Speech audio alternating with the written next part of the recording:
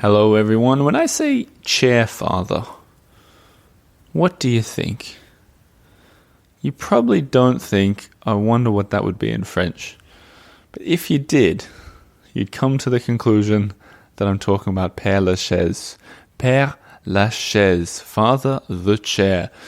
Why do I say that? Well, this episode's all about the Père Lachaise cemetery, and the guest you're going to hear in the first part of the episode wrote a book called The Chairfather after his hundreds and hundreds of visits to the cemetery in Paris. He decided to put it into a book.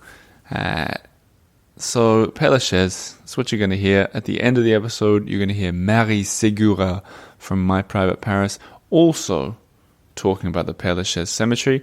A note on them to start, they're sponsoring this whole season of the podcast, and if you want to book a tour of Paris or indeed a day trip outside of Paris, you should do it with them, myprivateparis.com. More from them at the end. But as for the main chunk of this interview, it's with the author Joe Start, and this is actually an episode that I recorded in season 2 of the podcast. And I'm resharing it today because firstly, I think there are so many new listeners to this show who weren't around in season 2, up to season 16 now, I think. So I think statistically, no one's heard it. And if you have heard it, it's time to hear it again because it was a fun episode and a topic that's proved ultra popular on my website over all these years. People have read this story again and again, hearing about the best graves to find and what to do there and how to visit it. So enjoy the episode. Joe Start first, followed by Marie Segura, with music from Press Maxon. My name's Oliver G. This is the Earful Tower podcast, and let's go to the 20th arrondissement and the Père Lachaise cemetery.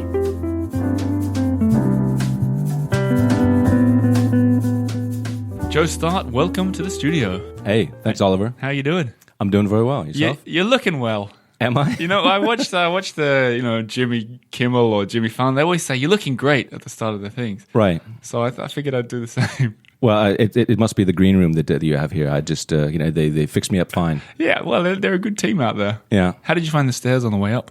Oh, it was amazing. If the listeners don't know, we are actually recording at the top of the Eiffel Tower. So it's like it's amazing. It feels like it. You did. He is joking, of course. I wish we were, but 7 flights of steps. You did stop halfway through. I noticed.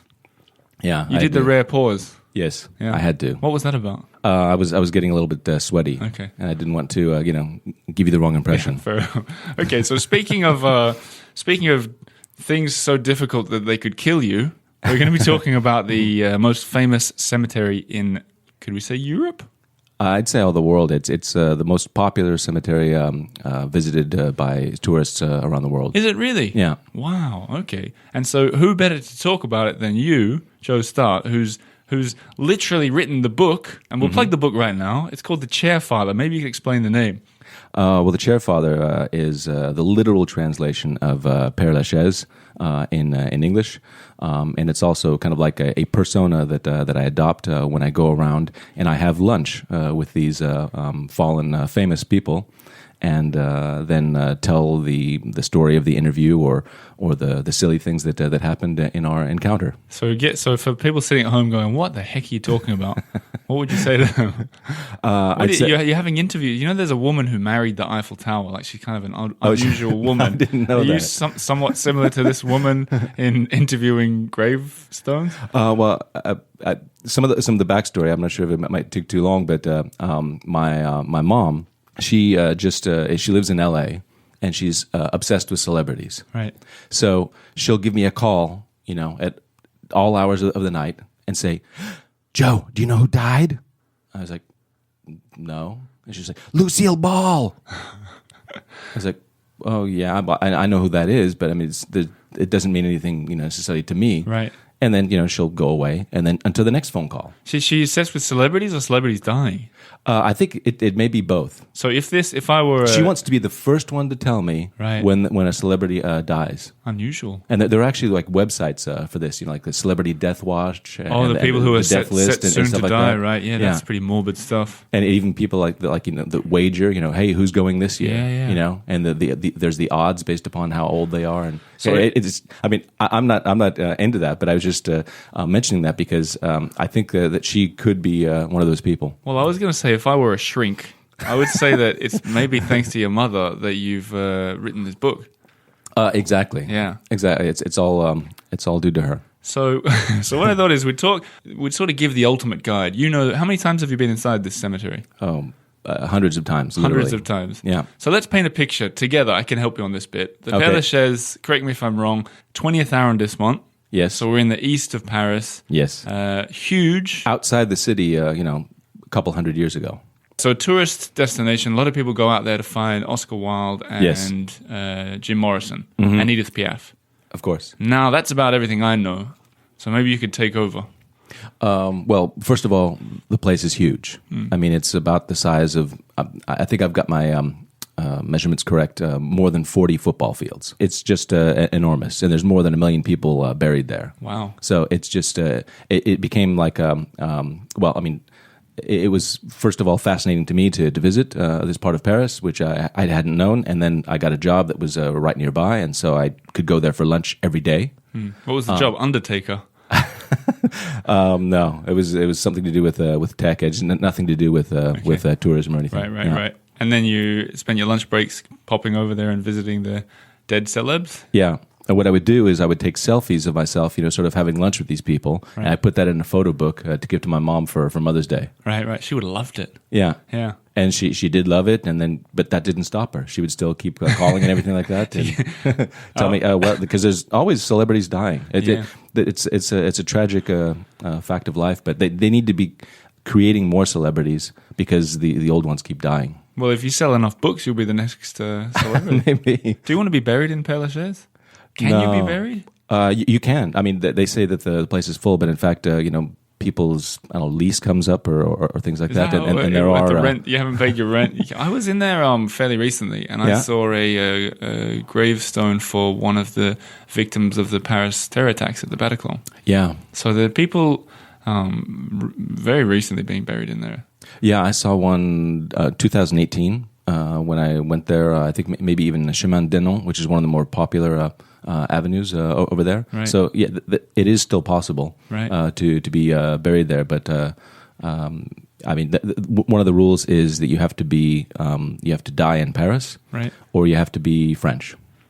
Okay, so that's how Jim Morrison got in there because he died in the Marais, as I remember it somewhere. Yeah. Well, there's some question about where exactly he died because his body was found in the bathtub of the apartment that he shared with his girlfriend at the time in the Marais. Yeah. But some people think that he took a large amount of drugs at some place which is called the Rock and Roll Circus, which is I think Saint-Germain-des-Prés, just the other side of the river. Right.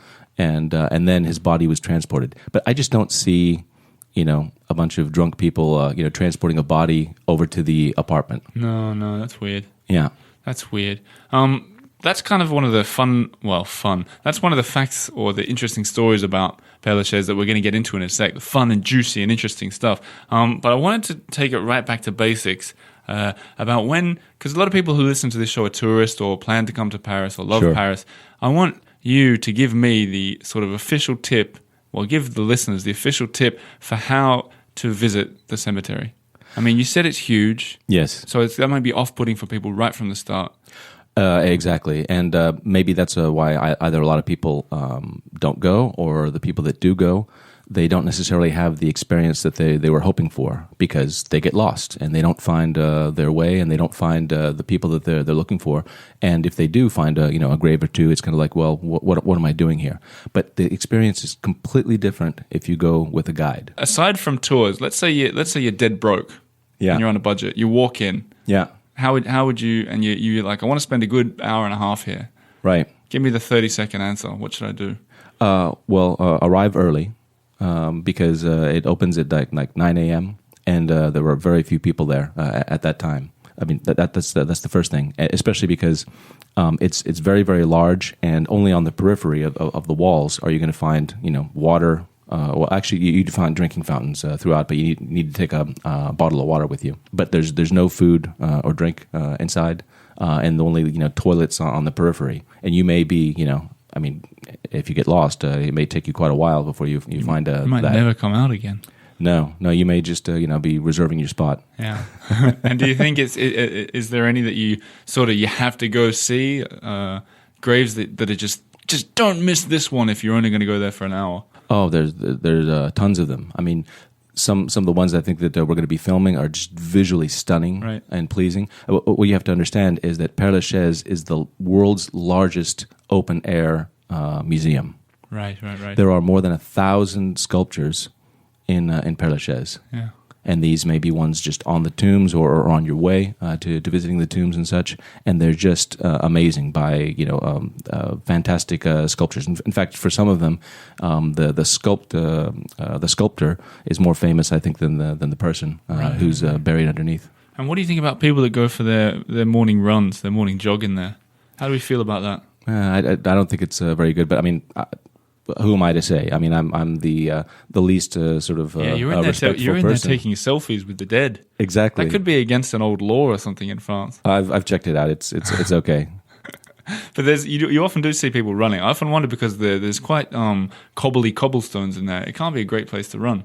No. It's the best surfaces are the cobblestones, and then you get into the dirt and the mud and stuff like that. I'm really not painting a great picture of this, but no, really you are. Of course you are. But the stories and the sights that you see there are just amazing. It's been continually fascinating to me, and I think that I would love for anybody who comes to Paris to visit Père Lachaise. Yeah. I have a friend that lives near. He lives near Père Lachaise, and he has a friend that lives right on the gate of it, sort of right near the edge of it. And he said that at nighttime, sometimes they climb over the fence and go for a nighttime wander there, and there's all kind of foxes and stuff in there. Oh yeah, there's lots of wild animals and such. But what's interesting is like the birds. I mean, in almost any other place of Paris, there's tons of different varieties of birds. But in Père Lachaise, it's almost like it's overrun by the crows, which just makes it even spookier. That's interesting because the crow is the harbinger of death, isn't it? Yeah. It's like it's very like what a perfect bird to be hanging out in there. Yeah. There's a lot of crows in. Have you been to what's the other cemetery in Montparnasse Cemetery? Montparnasse, yeah. Lots of crows around there, and they're really if you chase them, not saying I chased them, but if you chase them, try to get a good picture, they just kind of walk away. They walk through all. Right. Yeah, they're freaky, those crows in Yeah. Montparnasse. Anyway. Where were we? Yes, you came armed with stories of some interesting deaths as well. Yeah, I wonder absolutely. if you could tell me a story of maybe a favorite death of someone that's in the cemetery. Oh, my favorite one is a bit risque, so you may want to hide the children. Yeah, and such. Hide the children. We'll give you a second to do it, and when you've hidden them, come back. Yeah. Okay, what's the story? Well, before Bill Clinton and Monica Lewinsky, there was Felix Faure and Margarita Steinhal. Mm-hmm. Are they politicians? Felix Faure was the president of France from 1895 until 1899. Okay. So during the Dreyfus affair and stuff like that, so he didn't have a fantastic track record. But the interesting thing was how he died. So he goes into his office, and of course he has his mistress with him because hey, it's the Belle Epoque. Everybody's got a mistress. Everybody's having a little bit of fun between meetings. Yeah, between the sheets, between the meetings. Yeah, and all of a sudden there's this scream that happens. This woman's scream, and the staff runs in, and they see Marguerite with the president with his pants down, and he has just died. He has just died. I think it's called anaplasty or something like that. Right. So it's like this is the way you want to go. Right. It was by a little servicing by Marguerite orally, right, of the president. The kids are gone. The kids have been hidden. You can say what you want. Okay, so I can oral pleasure. Oral pleasure for the president. Yeah, right. So then not just like the press, but the fellow rivals, politicians, had a field day with this. And so there's one quote by Georges Clemenceau. In French, it goes, Il voulait être César, il fut que Pompée. Right. Okay, so he wanted to be Caesar, but he ended up being pumped. Oh my! And so this is like a term for the act that happened.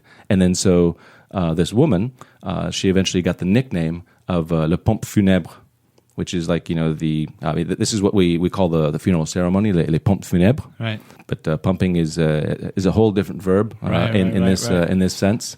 And so the name kind of stuck with her. Jeez. Yeah. And what, are they both buried in there? No, she's not buried there. I think she eventually went to London, and there was another case with her. I was reading on Wikipedia that she actually was accused of murder. Going back in London. So, kind of a woman that courted trouble wherever she went. Jiminy crickets. Yeah. She killed a president off as well. That's a kind of murder. Yeah. Yeah. Wow. Okay. So Felix Faure is found in Père Lachaise. Has he got a good grave as well? Yeah. Well, he's like lying down. It's a sculpture of him above his tomb, and so a sculpture of him kind of like on his deathbed, which I think is just extra funny because you can imagine this is how they found him. All right, I want to do a series of quick questions. Okay. That aren't scripted for you or me, so who knows what's going to happen now. Mm-hmm. But I want to know what your favorite tombstone, one that you could go in there again and again and see. I just love Georges Méliès. He is the guy that inspired the Martin Scorsese film The Invention of Hugo Cabret, and he was essentially the inventor of special effects in cinema. He did the movie A Trip to the Moon, where he like hand colored every single frame to make this a color film. To do a whole bunch of sight gags and special effects and stuff like that. So he really was ahead of his time and did it for the love and for the pleasure of the thing, because he wasn't a great businessman, and in fact part of why he didn't have success afterwards is because he didn't really protect or defend his creations. Right. And there was a rampant sort of piracy at the time, including by Thomas Edison. That made more money from his films than he did. And why do you like that one? Is it because of the story, the person, or the tomb? Oh, the tomb. He's got a fantastic bust, and you can just you can see the sort of twinkle in his eye, and how he's sort of magical. I put him on the cover of my book because I love the sculpture. I love the look of him. I love the backstory. Is that the one where he's holding a wine with you? Is that the picture? Yeah, exactly. Yeah. So what is that? He's got one hand reaching out of the stone, sort of. Exactly. So we're clinking glasses, and I'm sort of like toasting and roasting. The departed at Père Lachaise. That book is The Chairfather. Okay, next question. Which is the most overrated tomb in there? It's kind of easy to say, Jim Morrison, because there's not a lot to see there. Yeah. When he died, his girlfriend was here. She was like, "Oh my gosh, what do I do now? I'm far from the family. I'm far from home. I don't know anything." And so she went over and she bought the cheapest plot that she could buy, which I think was like the equivalent of $600 or something like that at the time, and it's packed in between all these other tombs. Yeah, it's not even like it's not next to a footpath or sidewalk or whatever. Right. It's kind of tucked in behind everything, isn't it? Right. Yeah. So just to get close to it, you would need to sort of breach hollowed ground and maybe like walk over a couple tombs or things like that, which didn't bother a lot of his fans like in the 70s and 80s and such. But eventually the authorities put these sort of gates around it and stuff like that. So you're still 20 feet from the grave to actually see it.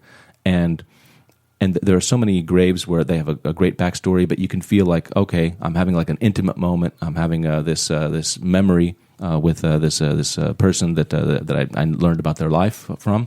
But this one is sort of like, no, stay back. Yeah. Interesting. What about what's the hardest one to find? Well, that one would be the hardest one to find if there wasn't always 20 people around it. That's the trick, isn't it? You just follow the people and you'll find Jim Morrison. Right. But are there other ones that are like, I mean, I know that there are tricky ones to find that are worth finding. Yeah, definitely. The one that I like the best, which is the hardest to find, they call it the Tomb of the Dragon. Oh, yeah? Okay. Yeah. Tell me more. So this was the first of the 1,000 sculptures that was placed within Père Lachaise. And it's actually a cenotaph, which means that the dead isn't there. It's just a monument to that person who's elsewhere. Right. And the backstory is it was a soldier, an only son who was killed in combat in one of Napoleon's armies in a combat in Poland. But his mother was so sad and she felt so much for her son that she had this sculpture commissioned, and then all these words that were sort of like flowing from her and emotions from her. But if you see the dragon's tomb, it's just this amazing sculpture and lifelike appearance of her son, and you can just tell all the emotion that was put into that to create that. And because the dead isn't there, you can actually move this thing around. And so what happened is the Bonapartists used to sort of gather around this stone. And the cemetery people wanted to sort of stop that, so they placed it in this wooded area, which is surrounded by a lot of other tombs. So it's not really on a path or anything like that, and you need to sort of like go in between a couple of tombs to actually get there. But it's really worth the effort, because it's an amazing work of art. It's protected by the national treasures and everything like that, and it's to see that as the very first sculpture in the park, which sort of maybe that set off a trend. Yeah. And then now all these other artists just added their works to this wonderful park. Intriguing. That is something. All these things that Joe's mentioned, I'm going to put in. I'm going to put down on the earfultower.com for people to be able to find. Thanks for coming into the studio. It's been fascinating talking to you. Thank you for inviting me on the Earful Tower, Oliver. Marie Segura. How's my pronunciation? Not bad. So Getting there? I think you're getting better each day. Every single time? Yes. Marie Segura. Père Lachaise. Yes. I happen to know it's your favorite cemetery. Yeah, well, it's not very difficult. Like most of the cemeteries are quite similar. We have one that is pretty cool in Montmartre, another one in Montparnasse. But I would say, yeah, Père Lachaise is just above all. So, Can I ask a morbid question? yeah, do it. Have you thought, do you want to be buried there? That's a very good question, actually. I think every Parisian wants to be buried there. Either that or the Panthéon. Wow, that's... So people actually say that. Ambitious and great. But Père Lachaise, is it hard to get in? Is there, what's that? It's interesting because most of the people, they think it's very expensive. For example, is this VIP cemetery. In reality, it's a full cemetery. In the sense, there is no space. Whenever they have a family that is not coming for very long, they try to reach out, no one is answering. Then at one point, if the grave is in a very bad shape, they can remove the person and then they have a space free. But then there is a waiting list. And also you have to leave around the neighborhood. So it's not so it's not that easy to find a spot, but it's not that expensive. I know some people think it used to be around 15,000 or something for having a perpetué, so something like for 100 years. It's not. I mean, it's not that expensive when you think it's for eternity. Yeah. It's less than renting. Right. That's interesting. I wonder how close you have to be to be counted as living nearby. Yeah, I think northeast, because it's east of Paris in general. It's the cemetery that is the eastern. Wow. So I never really thought about it, but maybe you're too young to think about it. It's okay like that. But I never thought about all these people in Paris. Do they all get buried in Paris? Most of them, they are. If you want to be absolutely, let's say, linked with Père Lachaise, there is no spot there, then there is always the question of not being buried, but just having your ashes spread also on the garden. No. I mean, there is a crematorium, yeah, and there is a place alone where they can do their shit. But it's not why we should talk about Père Lachaise. No, it's much more than that. Well, I mean, that's the relevant thing of either us go anytime soon. But You said before that it's kind of a place that's worth revisiting, suggesting that it's layered and there's more to find. Yeah, I think to me, Père Lachaise is as various and rich in history and people as the Louvre can be. Like the Louvre, you can't do that in one visit, right? You can absorb one or two things, but that's it. And that's the same for Père Lachaise. Like maybe the first visit you will go straight to Oscar Wilde and to Jim Morrison because, those are the ones that are known.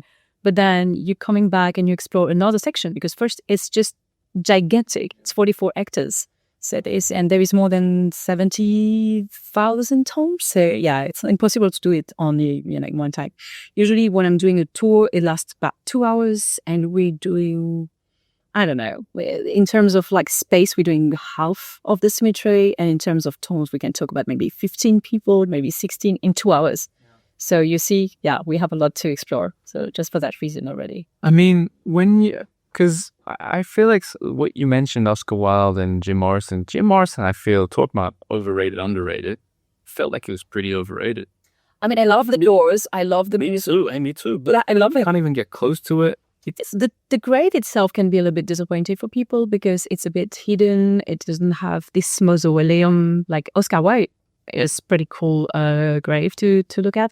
It's true that Morrison has this very humble grave, but at the same time, it's kind of nice. What I hate is the chewing gum tree that is just nearby. People are just letting that chewing gum as a little homage, and it's not even that close to his gravestone either. I feel like maybe similar to Paris and the Louvre, so Père Lachaise as well, is like the first visit almost just get out of the way. Go and see those things and then come back. Yeah, and then come back and take the time, explore the place, try to find the cats, because there are many cats living there. Look at the parrots and the birds passing. If you have the chance to see a fox, because there's many foxes now living there also. There's a family of foxes. But that's plus seeing painters and sculptors and musicians that it's just like you will just see them on the way. And getting lost in the Père Lachaise is the best thing that can happen to you because you have each section have different atmosphere and you're like, oh wow, this is the famous dancer from the Moulin Rouge, and just nearby you're like, oh, that's the guy that started homeopathy, and then you have this other writer from Guatemala that had a Nobel Prize, and they all just randomly appearing to you, and that's what I like. And when you do a tour, do you know when you go into a bar, like a cocktail bar, and they're like, what do you like? And then they try and do you do that on the tours as well, or do you just sort of? Usually what I do is asking them if they have a field where they feel more comfortable, like if it's science or music or books. And so I know what could be more interesting for them. But of course, I have my stars. Like I love Parmentier. I'm talking always about potatoes and how it changed the life, the French people and how we stopped starving thanks to Parmentier. And the fact that they have little potatoes on his grave, and I'm always have a potato in my bag, so we can actually bring a potato to Parmentier. So I have my stars like that, but yeah, I try to of course adapt to what they are interested in. It could be history, we could talk about World War, it could be more like music, and we can sing Edith Piaf together. Yeah. So yeah, it's cool. It kind of feels like you could have a million different versions of a 2-hour tour in kind of like the Louvre, I guess, isn't it? Completely. That's the idea. I think something you didn't even mention is some of the gravestones, doesn't even matter who's in there, but they're just like pieces of art. Oh, completely. Yeah, you have all this funeral art that is very different from the beginning of the 19th century up to now, and people are very creative. You have this grave that is in the shape of a huge camera, like a recent camera, and that's because it's a guy that is passionate with photography, as well as you have Héloïse and Abélard that are in something looking like Notre Dame. Yeah. So yeah, you're right. I just found down near Héloïse and Abélard, I found that there was one made by Hector Guimard, my main man. Ah, do you like it? Yeah. I didn't know you're a big fan. Yeah, well, he did a gravestone with just, I think, one of his mates or something. And I was in there like, oh, wow, look at that. So you see, I never saw this one. There you go. Here's another thing to explore. I can't even imagine that you've seen a quarter of them if you think about it. Jeez. But in terms of visiting, you guys do private walking tours. Yeah. Do you do like jump over the fence, stay the night in a tent? That's a very good question. I would say that no. Obviously, you cannot go at night now in the cemetery. They have dogs there. They can hunt you. Yes, so don't try to get in. Some worry about foxes as well, right? Oh, yeah, but the foxes. Okay, urban foxes, no. Okay, but for a walking tour, it sounds like it can be sort of based on your taste a little bit. Yeah, completely. We can adapt that. And also, if you've been already, we can continue exploring other bits that you don't know and you don't. And if you know a little bit Paris, if you have a sense of who is Haussmann, for example, or maybe Falguière or those metro names, it's also fun. You could do a metro station tour because they're all buried there, really. All the names that you see everywhere, boulevard and metro. So that's pretty fun too. Well, there you go, folks. If you are a taphophile, that's the word for someone who likes, I learned that one recently, a taphophile, someone who likes tombstones and cemeteries, this is the tour for you. Check out My Private Paris. And Marie, thank you for sharing your wisdom with us. Thanks a little. Everybody else, My Private Paris, that's where you want to be to book a tour of Paris or beyond. There are links in the description below. Check them out and have a lovely time. As for me, my name is Oliver G. This is the Earful Tower. I'll be back again next week with another episode.